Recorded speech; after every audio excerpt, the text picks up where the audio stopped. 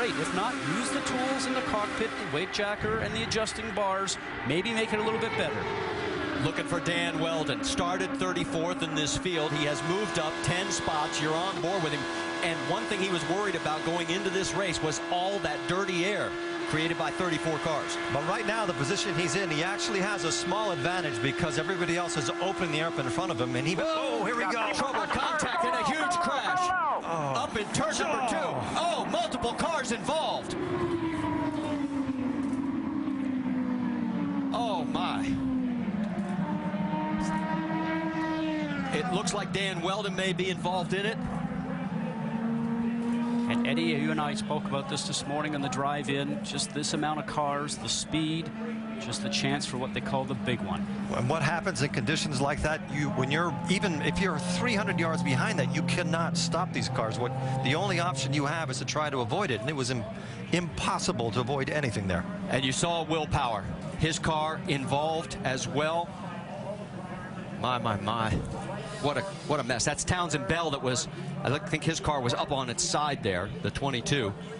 15 there of Jay Howard. An additional entry. Excuse me, is that the 19 or 15? I can't see with the sun shining there. Some of the car is broken. They're showing that as Alex Lloyd, the 19.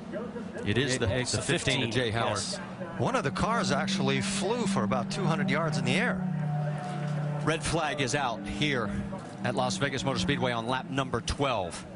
And from high above, you can see the carnage. We talk about the car going through the air. Eddie, you know that these cars run so low down to the ground. We mentioned before we saw them hitting the ground and sparking, that anything underneath the car, underneath the floor, underneath the tub, really just gets the air underneath the car itself, and up it will go. We saw J.R. Hildebrand out of his car. There is Dario Franchitti. Somehow he managed to get through the carnage, but Sure, guys, I mean, there's just nothing I can do. Will Power did not. 10-4.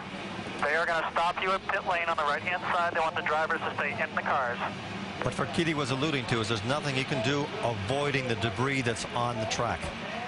Well, there is debris everywhere. You can see just how many cars are literally torn apart.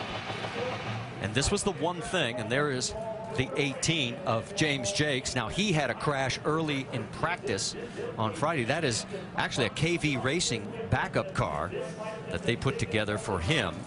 Now, I don't see much damage on there, but he's out of the cockpit. And look at this from high above. And this was the one thing we were fearing when we saw qualifying and the two championship contenders in the middle of the field. A big crash like this early in the race. What happens in accidents like this is that a single mistake by anybody, which might be dirty air, could be anything, multiplies itself so fast that you start accumulating cars. There's no way that you can control what happens. Once you start spinning at those speeds, it's impossible. It's impossible to solve the problem. And when we were watching that, Eddie, I'm not sure that anybody made a mistake, because I started to see some sparks. I was wondering if actually there was a suspension failure or a failure on a car, and the sparks I saw, and then all of a sudden people started to collide with each other. So not sure if it was a driver error. There's Paul Tracy to the right there. We're going to sort this out. We know at least 8 cars are involved, maybe more. So stay with us. We'll go side by side, and it's only lap 13. And we've already had a huge crash here at Las Vegas.